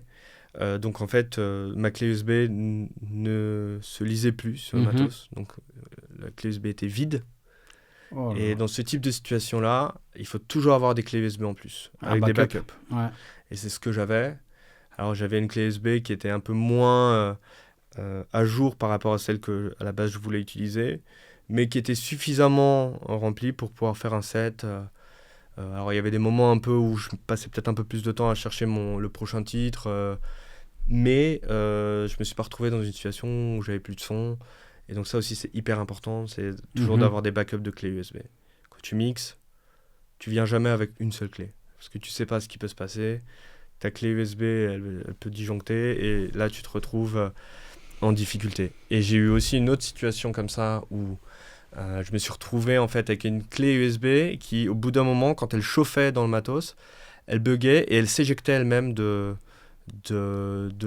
deck. Donc pas elle s'éjectait en mode elle volait non, pas dans l'air. Non, mais elle s'éjectait de l'ordinateur, elle était plus visible. Voilà. Mais du coup, comment ça se passe? Parce que tu as la clé USB qui est branchée à ton matos, d'accord? Ouais. La clé USB, elle surchauffe, donc elle s'éjecte. Mais toi, tu as ton set qui est en cours. Comment ça se passe? Ça bloque tout? Alors, ça bloque. Alors, aujourd'hui, le matos DJ est plutôt bien fait. Ils te mettent un emergency loop. D'accord. Mais, cette boucle emergency loop, là, ça marche. C'est pas toujours bien fait dans le sens où ça va pas être pile poil sur, par exemple, sur le kick. Donc, ça va être pas forcément une loop qui est très agréable à écouter. Ou le loop, il va pas être forcément un endroit parfait. Donc du coup, ça s'entend quand même. Donc en fait, tu vas avoir une boucle qui va quand même déranger. Les gens vont commencer un peu à... On va comprendre ce qui se passe. Voilà, ils te regardent un peu bizarre. Donc là, à ce moment-là, tu as un coup de chaud. Tu prends le micro, tu dis voilà, j'ai un problème de clé USB. Alors moi, j'ai jamais de micro. T'es pas MC. Ouais. Je suis pas MC, mais cela dit, pour ceux qui veulent avoir un petit secret, tu peux utiliser ton casque comme un micro. Si tu branches ton casque dans l'entrée micro et que tu parles dans ton casque, dans une des oreilles, ça marche comme un micro. D'accord. C'est pas très audible, ça marche pas aussi bien qu'un micro, mais ça peut servir de micro. Donc non, pas de micro. À ce moment-là, tu essaies de faire... Alors, si t'es bien préparé, tu as 2 clés USB. Donc là, tu fais un passage sur une deuxième clé USB et tu fais ni vu ni connu. Tu fais ton passage, le mieux qu'il soit. Ouais, tu rattrapes les choses. Voilà. Et puis... Et après, quand tu mixes, alors sauf si tu as tout préparé, minuté en avance, etc., ça arrive toujours que tu vas faire un passage qui est peut-être un peu moins magnifique que d'autres. C'est ok, faut l'assumer. C'est un peu... il y a toujours un petit côté imperfection dans ton set. L'important, c'est toujours le plus important de toute façon, c'est la sélection. D'accord. Et je pense que c'est surtout ça aussi qu'il faut se dire quand tu commences à mixer et que tu commences à mixer devant du public, c'est que l'important, pour moi le plus important, c'est toujours la sélection. Après, c'est l'aspect technique et la propreté de tes passages. Si déjà tu fais des bonnes sélections de musique, c'est déjà une bonne partie du taf qui est fait. Et la partie technique, de toute façon, tu t'améliores au fur et à mesure du temps. D'accord. J'ai une question par rapport à la sélection des musiques, parce que tu as la côté copyright. Ouais. D'accord. Comment ça se passe dans ce monde-là, en fait, que comme toi, tu vas utiliser des musiques d'autres artistes. Est-ce qu'il y a... C'est libre de droit pour jouer en boîte de nuit ou en festival? Comment ça se passe? Alors, ça dépend. Alors, quand tu achètes la musique, tu as le droit de la mixer. J'en achète, voilà. Par exemple. Donc, voilà. Donc, tu achètes la musique. Donc, là, tu as le droit de la jouer. Mais en général, c'est souvent les clubs qui vont payer une licence, en fait. D'accord, ok. Par exemple, à la SACEM, qui vont payer une licence. En Pologne, c'est le ZAX. Ils vont payer, en fait, un abonnement. D'accord. Qui s'occupe après de rémunérer. D'accord. Après, tu vas avoir... Moi, j'avais des situations aussi où il y a les clubs, ils te demandent un petit peu de ta playlist. À l'avance. En avance. Donc, du coup, tu vas préparer une playlist. Après, c'est toujours un peu compliqué de rester... strictement sur la playlist que tu as envoyée parce que tu as le public, donc quand tu mixes, ton plan il change en live aussi. C'est comme le podcast, des fois, voilà, j'ai une trame, mais des fois la trame exactement, change. Et la trame, tu vas un peu la contourner. En fonction de l'invité, ça change. Ouais. Moi, j'aime bien faire ça aussi quand je mixe. Par exemple, je vais me faire, disons, une sélection dans un dossier, je vais me faire une sélection de titres que je vais choisir parce que je sais que je vais mixer un peu plus tôt, donc je vais peut-être un peu taper un peu moins, ou je vais mixer plus tard, donc peut-être je vais m'autoriser à taper un peu plus, etc. Je vais me faire une sélection globale, mais de toute façon, en tout cas moi personnellement, j'arrive pas à rester strict sur ma sélection. Je vais sauter après dans d'autres dossiers musique, parce que je sens que tiens, il y a un morceau que j'avais en tête qui peut passer. Ouais.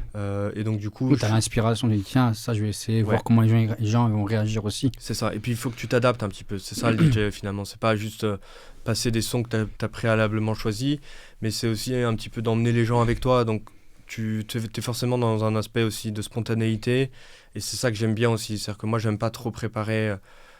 Je prépare jamais mes sets à la minute près, parce que c'est vrai qu'aujourd'hui, maintenant, tu peux, sur ton programme, te mettre des repères ici et là, savoir que, tiens, je vais rentrer exactement à cet endroit-là avec mon morceau suivant, et tu mets des petits repères, et du coup, tu as un set, même pas préenregistré, mais déjà tellement avec des repères que c'est en fait, tu lis, c'est presque comme si tu lisais l'instruction, quoi, tu vois. Ouais. tu sais, là je vais rentrer avec ce son-là, et après je vais rentrer à telle minute avec le deuxième. Et t'as pas le ressenti du public. C'est ça, et puis c'est un peu moins... Alors, ça peut être une bonne idée, par exemple, quand on enregistre un site, quand on enregistre un set pour une radio minutée, etc. Même si moi je le fais jamais, parce que j'aime bien le côté un peu spontanéité, D'accord. D'aller avec le flow, tu vois. D'accord. Voilà, je rebondis encore une fois, on sort de la... Non, mais on n'a pas répondu à la deuxième question, donc c'est la pire soirée, c'est en fait des éléments techniques, mais en général. Après, c'est ça. Oui, non, et puis parfois le public qui peut réagir différemment de ce que tu espérais, en fait. Voilà, ou parfois tu vas avoir un client, par exemple, nous, on mixait beaucoup avec les marques. Donc, par exemple, tu vas tomber sur un client très, très chiant qui va venir toutes les 2 minutes, te demander de changer de musique, ou qui vont te dire, qui vont te dire en mode, tu pourrais mettre un truc plus dansant, ça c'est la grande phrase. Quand tu mixes un truc un peu plus underground à une soirée où les gens ils veulent de la musique plus commerciale, bah ils vont te venir en mode tu pourrais pas mettre quelque chose de plus dansant, tu vois. Mais donc là tu réponds mais c'est super dansant ça. Ah mais non, mais je parlais plus de... Et où ils te viennent avec les morceaux, tu vois, directement sur le téléphone, ils disent tiens tu peux mixer ça. Et ça c'est toujours compliqué à gérer. Je peux comprendre. Ouais. Et du coup on a parlé entre guillemets des pires soirées, et là on va parler quand même des bonnes soirées. Enfin, t'as peut-être ton top 2 ou 3 que t'as en tête où ça t'a vraiment marqué. Oui, j'ai eu des soirées ou un festival, je sais pas. Ouais, bien sûr. Alors, il y a eu... alors, par exemple, j'ai une soirée que je me souviens. C'était en bord de Vistule, dans une barque qui n'existe plus. D'ailleurs, je ne saurais même plus te dire... Avant Covid, alors, je suppose. Ouais, c'était avant le Covid. D'ailleurs, le mec qui avait cette barque me doit encore pour un set, mais... Il a disparu. Il a disparu. il a disparu avec la barque. Mais avec la péniche, c'était une péniche en fait. Ouais, c'est ça, c'était une péniche. Ouais, c'est une barque. Ouais. Non, en fait, c'est une péniche. Voilà, avec la place pour un dance floor, etc. Et t'as un bar, etc. Ouais. Et je me souviens, en fait, on avait passé une soirée où on mixait. À l'époque, c'était encore sous mon ancien nom d'artiste, c'était Yoruba. Et en fait, les gens étaient devenus tellement fou avec la musique, etc. Il y avait une ambiance de ouf. Les gens qui crient, ça c'est toujours ce que tu cherches un petit peu quand tu mixes, les cris des gens parce qu'ils sont super contents, etc. Et il y a eu une averse de fou furieux. Vraiment la grosse averse, quoi. Donc t'as kiffé le moment là, tu te dis waouh, c'est incroyable. Non, mais c'était incroyable parce qu'en fait les gens étaient tellement dans leur en train de kiffer. Moi je kiffais avec le public, il y avait une connexion de fou. La pluie, mais le dance floor, il s'est pas vidé du tout. Les gens, ils étaient là. Il pleuvait, restaient les gens. Ouais, les gens restaient, ils étaient sous la pluie comme des dingues, etc. Moi, je me souviens qu'on avait le matos DJ, qu'on devait bouger de la table parce qu'en fait, à cause de la pluie. Ouais. Mais on continuait à mixer. En fait, il y avait un pote qui tenait le deck, le deuxième deck et le mixeur. Je sais plus comment il était, etc. Donc c'était vraiment tout le monde qui s'entraidait avec le temps. C'était vraiment l'apocalypse et l'extase en même temps. Enfin, c'était un truc de fou. Et cette soirée, je me souviens. C'est la pluie, en fait, ça aurait pu casser tout le délire. C'est ça. Et les gens, en fait, étaient là. Le matos était à demi-trempé, protégé sous des caouets, enfin, tu vois, et on continuait à mixer malgré les intempéries, etc. Et je sais que c'était vraiment un moment ça, c'est une belle preuve d'un échange, en fait, aussi. C'est ça. Et ça, c'est ça que tu cherches, finalement, avec les gens. C'est pour ça que, par exemple, moi, j'aime pas trop mixer en hauteur par rapport aux gens, parce que t'es un peu... Tu sens une distance, ouais. Ouais, tu te sens un peu comme le prêtre à l'église, tu vois. Et t'as ce côté un peu prêtre à l'église, tu vois pas très bien les gens. Ouais, moi, j'aime bien être en face des gens. Ou t'aimes bien... Comment ça s'appelle ? Ah, pardon, excusez-moi, j'ai tapé sur la table. Je devais pas faire ça, j'ai prévu en plus Max au début, fais pas ça, et je le fais. J'ai pas tapé, moi. Ouais, j'ai tapé. J'ai oublié le terme. Tu sais, quand. Les boiler rooms ? Voilà.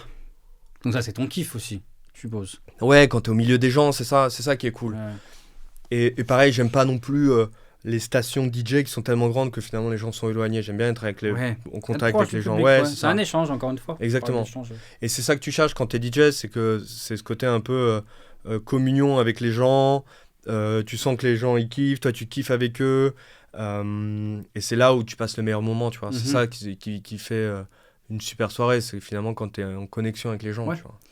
Donc ça, c'est un exemple d'une des soirées que t'as préférées. Tu en as peut-être une autre peut-être différente, je sais pas. Non, par exemple, dernièrement, j'avais ma soirée il y a cette soirée Splot Słoneczny. Ouais, j'ai écouté ton set avant de venir. Voilà, ça faisait... C'est pas mal. Et de toute façon, parenthèse encore une fois, je vais mettre dans la description de YouTube le lien Instagram, bien sûr, de ton profil. Et profil SoundCloud. Le dernier set, il est pas mal. J'aime bien la vibe. Je vais t'expliquer un petit peu les inspirations. Du coup, c'était une soirée à Splot. J'ai mixé sous la tente. Splot, juste pour préciser, c'est Luna Park. Ouais. Luna Park, c'est, pour ma part, les meilleures soirées en été, c'est le dimanche. Ouais. Parce que c'est vraiment chill et il y a une atmosphère assez particulière. C'est pas trop jeune. Parce que si vous allez le vendredi, samedi, si vous avez 18-20 ans, c'est bien le vendredi, samedi. Moi, à 36 ans, le samedi, non. Mais le dimanche, ce qui est intéressant, c'est l'ensemble des gens. C'est assez mixé. C'est un mélange. La moyenne, c'est vers 30 ans. Ouais. En fait, trentaine. Et il y a une ambiance vraiment sympa. Les sets. Et j'ai été récemment avec ma copine. C'était il y a 10 jours. Mm-hmm. Et il y a fait... on a passé côté en plein air, Oski, c'est ça, hein. Ouais. Et le meilleur set qu'on a vu, c'était dans le Circus, en fait, qui était incroyable. C'était pas toi ? Écoute, peut-être.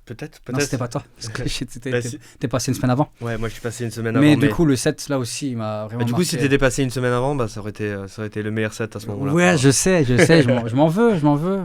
Mais non, en fait, c'était...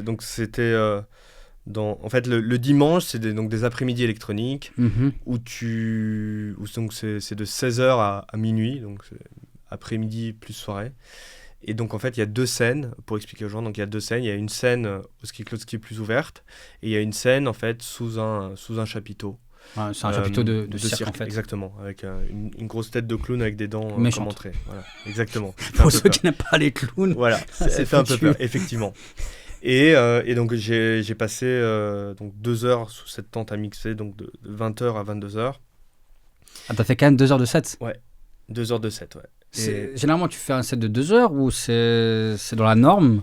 Oh, il n'y a pas de norme, malheureusement. Non, il n'y a pas de norme. 2 heures, c'est mon format préféré. D'accord. Parce que c'est ni trop long ni trop court. Parce qu'en fait, il y a pas mal d'endroits où ils te demandent de mixer vraiment toute la soirée. Ou de mixer 3 à 4 heures. Par exemple, tu vois, j'ai fait des sets de 5 heures, j'ai fait des sets de 3h30. Mais 5 heures, t'es lessivé à la fin. Ouais, t'es lessivé complètement. Et, 5 heures, c'est énorme. Et c'est assez technique parce tu peux pas rester dans un seul style musical pendant. Tu peux pas te répéter. C'est-à-dire 5 heures, il faut que tu aies 5 heures d'inspiration, il faut que tu aies 5 heures de playlist. Ouais. Et ça fait beaucoup de passages à faire, ouais. Donc c'est moi, c'est pas ce que je préfère, 5 heures. Moi, j'aime bien 2 heures jusqu'à 3 heures. Mais donc 2 heures de set, ça fait quand même pas mal de musique, sachant que moi, je passe à peu près entre 15 et 18 sons par heure. Ok, intéressant. Donc tu te retrouves donc, avec le double, donc aux alentours de 30-32, mais tu fais les passages entre chaque chanson, tu vois. Donc, tu te retrouves à faire 60 passages, en fait. Tu vois. D'accord. Donc ça fait pas mal de transitions à faire. Ok. Et en fait, cette soirée était très cool parce que donc moi j'ai commencé à mixer, le chapiteau n'était pas super rempli. Et j'ai réussi finalement à terminer avec un full floor. Ouais, full floor, etc. Et puis ça, en général, c'est toujours très agréable parce que ça prouve que tu as fait du bon taf, quoi. Parce que t'as rempli. Le chapiteau, quand même, quand tu vois comment ils ont fait le concept, ouais. C'est vraiment pas mal. Hein. Ouais, il est grand. C'est cool. Hein. Ouais. Non, mais même le design, l'intérieur, c'est pas mal. Ouais, c'est très bien fait. Mais le seul truc que j'aurais changé, ça aurait été peut-être encore plus près des gens. Parce que là, t'es un petit peu en hauteur. Moi, quand j'étais avec un copain, on était un peu loin du DJ. En fait, j'ai jamais fait attention où vraiment le DJ est placé. Tu jetteras la prochaine fois, j'irai voir. Ouais, tu iras voir. T'es un peu surélevé. T'es un peu loin. Genre, tu vas pas forcément avoir... Enfin, bon, il y a des gens qui vont danser, donc tu vas avoir un peu de connexion visuelle, connexion des yeux avec les gens devant. Mais t'es un petit peu surélevé. Mais c'était dans les sets récents où j'ai passé un très très bon moment. Et de ce que j'avais lu, t'as joué à Smolna. Ouais. À Jasna. Ouais. Smolna, t'as joué sur la grande scène? C'était, parce que je crois qu'il y a une scène, j'étais une fois à Smolna. Mais j'ai fait les deux scènes. Moi, j'ai fait la scène, extérieure. Donc, cette scène, elle est un peu particulière parce que tu peux pas mixer trop fort parce qu'ils ont l'hôtel à côté. Donc, c'est un peu compliqué. Ouais, t'as toujours un petit peu, t'es un peu limité au niveau des basses. Donc, c'est toujours plus difficile de faire. De te garder les gens avec toi quand tu mixes, quand par exemple tu as moins de basses, les gens ressentent pas le son, parce qu'il y a aussi un côté je ressens la musique, et donc quand tu es un peu entre guillemets atrophié d'une certaine partie de ton son, c'est un peu plus difficile, tu vois. C'est surtout que les gens vont là-bas, ils aiment bien l'univers électro, donc ils sont là pour la musique. C'est ça, et donc quand tu as la musique pas très fort, tu as du mal à rester, même si la musique est bien, tu vas être là, tu vas danser un peu, 10 minutes et après tu pars. Tu vas rebouger après, tu vois. D'accord. Et j'ai mixé aussi sur la main salle. Il y a quelques mois d'ailleurs, c'était avant un DJ ukrainien qui s'appelle Etap Kyle. Ok. Qui est pour ceux qui connaissent un peu la musique électronique, c'est un gros nom de la scène techno, électro. Et c'était pareil, c'était une grosse expérience, c'était 3 heures de set. Donc là, à ce moment-là, j'aime bien venir avec un peu de vinyle, venir avec mes clés USB, et du coup tu mixes et les decks et les vinyles, ça te permet d'avoir encore plus de surprises pour les gens. Parce que moi, je suis dans un style de musique... Alors moi, je suis très inspiré par les années 90. C'est marrant parce que je mixe par exemple des titres qui sont sortis quand j'avais 2 ans. Tu vois. Oui, Jordi. Donc de 94, tu vois, des morceaux de 95, etc.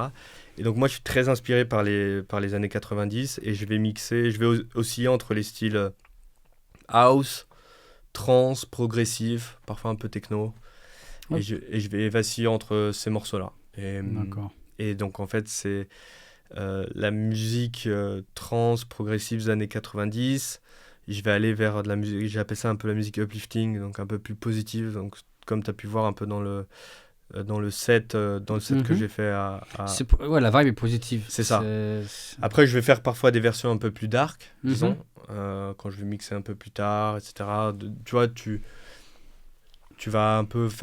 c'est comme ça que tu vas faire un peu varier tes sets. Tu vas faire soit des versions un peu plus fortes, un peu moins fortes. Tu navigues entre ces ambiances-là, tu vois.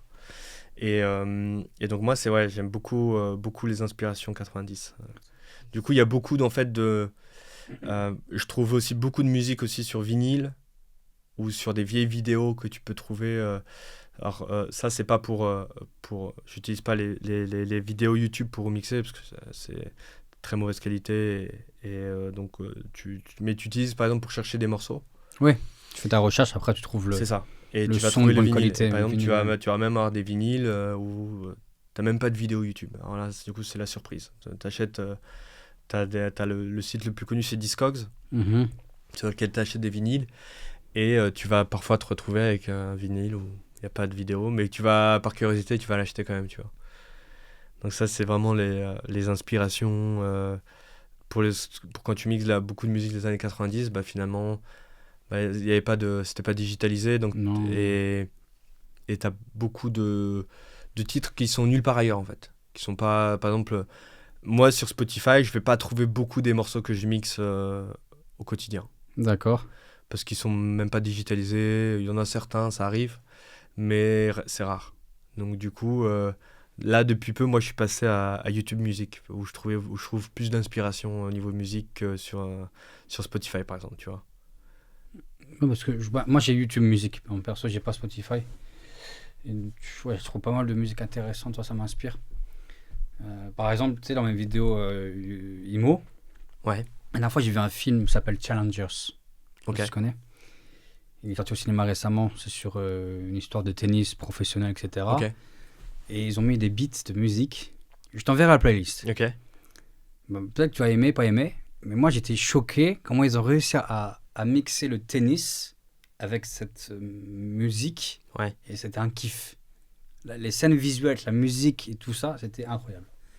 Tu vois, j'ai même pas vu ce film. Je t'enverrai juste la playlist, mais je te dis, quand tu regardes le film au cinéma ou même chez toi, et que bon, au cinéma c'est mieux, mais t'as le beat avec la scène visuelle. Ouais. Ils ont fait un travail incroyable. Ouais, bah c'est un vrai job ça aussi. Ah oui, non, c'est très compliqué. Hein, la musique à l'image. Ouais, je suis très regardant, moi personnellement, avec j'ai mon caméraman. Ouais. Et des fois, quand on fait une présentation IMO et qu'on fait une transition, on parle un peu d'histoire, tout ça. Ouais. Bah, j'ai un exemple concret, je mettrai aussi le lien à la vidéo.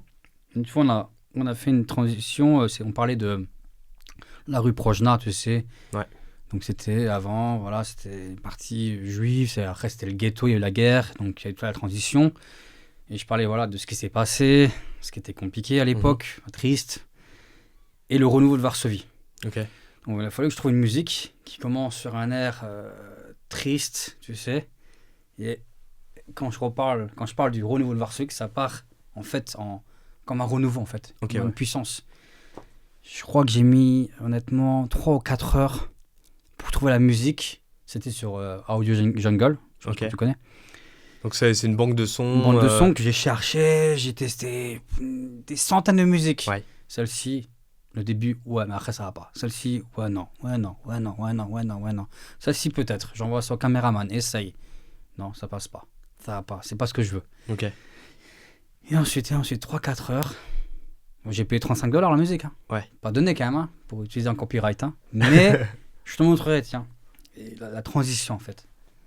Et finalement, la transition, tu l'as fait toi-même ou c'est... C'est le caméraman qui fait le montage, il a mis la musique, mais c'est ce que je voulais vraiment en fait en tant que de ressenti. Parce que c'est ok faire des vidéos YouTube, je pense que la musique c'est vachement important, le côté audiovisuel, et j'aime pas faire les choses de mauvaise qualité, et pour moi des fois je vais passer des heures à trouver la musique. Bah ouais, mais t'as raison parce que limite ça va rajouter un truc spécial à ta vidéo, ouais. Et d'ailleurs, toi, au niveau, est-ce que tu as un calendrier strict, par exemple, tu vas faire une vidéo par semaine et c'est venu comment d'ailleurs ton truc de vidéo Alors pour répondre à ta première question, les vidéos en fait ça va être aléatoire. J'ai pas de règle précise où je dois publier toutes les semaines une vidéo ou deux. Non, en fait l'idée c'est de se concentrer sur la qualité. Ok. J'ai pas envie de faire des vidéos juste pour faire des vidéos. Parce que bon, c'est un investissement aussi, hein. Ça coûte de l'argent, du temps, beaucoup d'énergie. Il faut que c'est un sens logique. Donc, ce qui m'intéresse, c'est de montrer la Pologne et ses différentes facettes.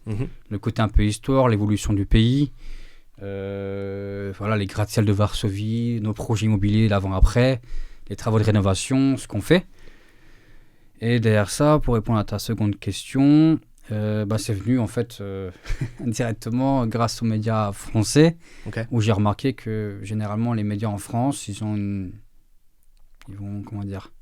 montrer une mauvaise image de la Pologne de manière générale. J'ai eu l'occasion de faire plusieurs interviews avec différents journalistes. J'ai pas été satisfait en fait du message qu'ils ont utilisé quand je parlais, et je me suis rendu compte que non en fait YouTube reste un média libre entre guillemets.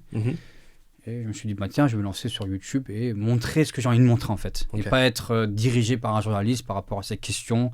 Et ensuite, c'est coupé, il va refaire à sa manière, ils vont détourner le message. Et j'ai plusieurs exemples. D'ailleurs, je vais me faire une vidéo par rapport à ça. J'ai un exemple avec une télévision française connue qui sont venus en Pologne récemment, il y a 2 ans, et ils ont fait un reportage où ils montraient que la Pologne perdait de ses habitants. Ils ont utilisé une rue qui était, entre guillemets, à l'abandon. C'est pas vrai parce que la mairie... Elle a rénové la rue et donc elle a délogé les gens parce qu'il fallait rénover les immeubles. Et donc un média public français financé par les impôts des Français fait un message comme ça alors que c'est pas du tout neutre. Et moi ça me dérange. Je dis il devrait être neutre en fait, montrer les faits tels qu'ils sont. Bien sûr. Et c'est un peu en fait mon pourquoi, mon why sur ça, c'est que il y a une partie business, éventuellement ça peut ramener des clients, mais derrière ça il y a quand même une raison où je dis non stop, je vais montrer ma manière, commencer.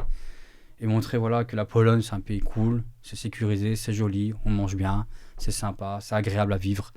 Parce que c'est bienveillant. Moi, je suis arrivé en Pologne en 2007, la première fois. Moi, je suis né à Metz, je suis arrivé ici, je ne parlais pas la langue. Donc, c'est différent par rapport à ton histoire. Mais parce que toi aussi, tu as des d'origine polonaise, mais mes parents ne parlent pas du tout polonais. Ok. Moi, je suis né dans une famille où c'était l'intégration à la française. D'accord. Donc, quand je suis arrivé en Pologne... petit dictionnaire. Je sortais en boîte de nuit avec un dictionnaire, les petits Robert, parce qu'à l'époque, tu n'avais pas Google Traduction sur le téléphone. Et du coup, j'utilisais le petit Robert pour pouvoir parler avec les gens. Ou l'arabe, c'est pour les dialogues en langue polonaise, en fait. Ouais. C'était ça, mon dada. À l'époque, on va dire, mon bras droit. Et comment est ton polonais maintenant ? Ouais, ça va, je m'en sors, tu vois. Je fais un peu de fautes, bon, c'est normal, j'ai l'accent. Des fois, voilà, la langue polonaise est tellement riche aussi. Beaucoup plus riche que la langue française. Bien sûr, ouais. En fait, t'as un mot pour tout, en fait.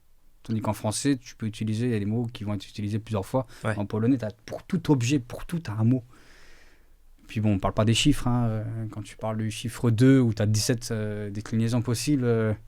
Ouais, c'est compliqué les déclinaisons. Même moi, je le ressens quand je parle polonais. Mais l'accent, ouais, pareil. Pareil avec l'accent, je l'ai aussi. L'accent français, tu veux dire ? Ouais. Ouais, bah ça, c'est inévitable. Ouais. ça reste à vie. Et on est presque sur la fin, il nous reste 5 minutes. Ok. J'aimerais bien te poser une question, si tu peux répondre rapidement. Qu'est-ce que tu ressens quand tu montes sur une scène, quand tu vas jouer ? C'est quoi ton émotion principale en fait ? Ok. Alors, il y a toujours, quelle que soit ton expérience, il y a toujours une part de stress un petit peu. Parce que tu te prépares un peu avant ton set, donc tu vas faire un peu de, comme je te disais tout à l'heure, tu prépares ta sélection de musique, etc. Mais dans quel ordre tu vas réellement mettre les choses, tu verras, tu vois au fur et à mesure de ton set finalement. Et j'ai l'impression, il y a toujours ce stress d'avant, mais il faut enclencher quelques morceaux. Et c'est lancé. Et c'est comme le podcast. Voilà, et là tu te détends, tu commences à être inspiré, t'as les gens, tu commences à faire, ça dépend de l'heure à laquelle tu commences de mixer, parfois tu fais le warm-up, donc du coup c'est différent, ouais. Tu commences avec personne, parfois tu fais la deuxième partie, et là t'as full parquet, donc c'est un autre niveau de difficulté, parce que là il faut réussir à garder les gens, donc soit tu dois faire venir les gens, soit tu dois garder les gens, tu vois, donc t'as toujours ce stress. Et puis moi, depuis maintenant 6 mois, je bois plus d'alcool. D'accord. Donc du coup, j'ai un peu changé aussi la manière dont je venais aux soirées. C'est-à-dire que maintenant, je viens... À jeun. Alors, déjà, je viens à jeun, mais je viens plus tard. Je fais une petite sieste avant de sortir. D'accord. Je vais boire un café à minuit. Ah oui. Parce que en fait moi je mixe assez tard parce que je mixe assez vite. Donc par exemple parfois je me retrouve avec mon set de 3 à 5. D'accord. Donc il faut que je me prépare aussi pour mon set, donc du coup petit café avant de sortir, petit dodo avant de sortir, et tu joues ton set. Mais non, de toute façon, le stress, il est toujours là. Je pense que c'est comme... toujours présent. Ouais, il est toujours présent. Et il faut apprendre à le gérer. C'est-à-dire qu'il sera toujours présent, mais l'important, c'est qu'il ne te fasse pas perdre tes moyens. Ça, c'est très important. Mais j'ai remarqué que depuis... moi, j'avais toujours ce sentiment que la petite bière, pendant mon set, me permettait de me détendre, tu vois. Et j'avais un peu cette vision que... Il fallait que je me réhabitue finalement à mixer sans cette petite bière qui détend. Elle avait son petit rôle de parce que souvent c'est aussi ça. C'est un trigger, ouais. Ouais, les gens parlent et t'as des gens qui sont un peu plus détendus après une première bière, ils s'ouvrent un peu plus. Et c'est un peu pareil avec la musique. Quand tu prends l'habitude d'avoir une petite bière, tu te détends et tu parles un peu mieux, disons, après cette petite bière. Donc il fallait que je réapprenne un petit peu à me détendre sans cette petite bière, ou alors avec une petite bière sans alcool, et ça a fonctionné, et j'ai remarqué que ça a même un meilleur impact sur mon set. Même par exemple, parce que par exemple, tu vas mixer, et à un moment tu vas mettre un son, et puis ce son il va peut-être un peu moins bien marcher, tu sens qu'il y a quelques personnes qui ont bougé. Tu le remarques rapidement en fait. Ouais, tu remarques, ça s'est un petit peu vidé. Donc parfois, tu vois, tu peux te retrouver dans des situations, là forcément tu stresses un peu plus, tu vas réfléchir en mode tiens, il faut que je remette une sauce, etc. Et ben là, avec la tête fraîche, c'est beaucoup plus calme dans ma tête, beaucoup plus posé, il n'y a pas de panique, Bon, il y a des moments où tu vas avoir un peu chaud, mais c'est pas tu perds pas tes moyens, tu remets un son, etc. Et donc, ce que je conseillerais, c'est d'apprendre à mixer sobrement. C'est très important. D'accord. Surtout pour la durée. Très bien, merci. Dernière question, et tu dois répondre en 30 secondes. Vas-y. Que penses-tu de l'évolution de la Pologne aujourd'hui, en fait? De ce que tu as vu, toi, en fait, depuis ta naissance, depuis l'âge des un an, jusqu'à aujourd'hui? Waouh, ça a beaucoup changé positivement, je veux dire, dans le sens où la Pologne est plus ouverte, il se passe beaucoup de choses au niveau musique, il y a beaucoup plus par exemple de festivals, etc., comparé à il y a quelques années. Au niveau sécurité, c'est incroyable, je pense que les gens apprécient beaucoup aussi ça, le côté un peu... moi, ma copine qui rentre à la maison, je sais qu'elle va rentrer en sécurité, etc. Et je pense que ça va dans une bonne direction. Moi, je vais parler de mon point de vue au niveau musique électronique. Je vois qu'il y a une évolution. Je vois qu'il y a plus de choses qui se passent. Une chose que j'aurais aimé plus, qu'il y ait encore un peu plus de club underground, pour qu'il y ait encore plus de place pour les DJ, parce que c'est pas toujours évident. Et ouais, j'espère que cette scène polonaise va continuer à se développer. Pour qu'il y ait encore plus et à la fois de rayonnement à l'international, tu vois, parce que finalement que la Pologne soit connue pour être un super lieu pour la musique électronique, et puis pour les DJ, pour qu'il y ait plein d'endroits pour mixer, quoi. Top, je te remercie. Donc voilà, merci beaucoup pour l'invitation. Merci Max, encore une fois, c'était super cool de t'avoir. C'était vraiment un plaisir de pouvoir discuter avec toi et finalement de se faire un peu plus connaissance. Exactement. Donc merci à toi. On va aller boire une bière sans alcool. Voilà, exactement. Allez, ciao, je vous dis à bientôt. Ciao. Ciao.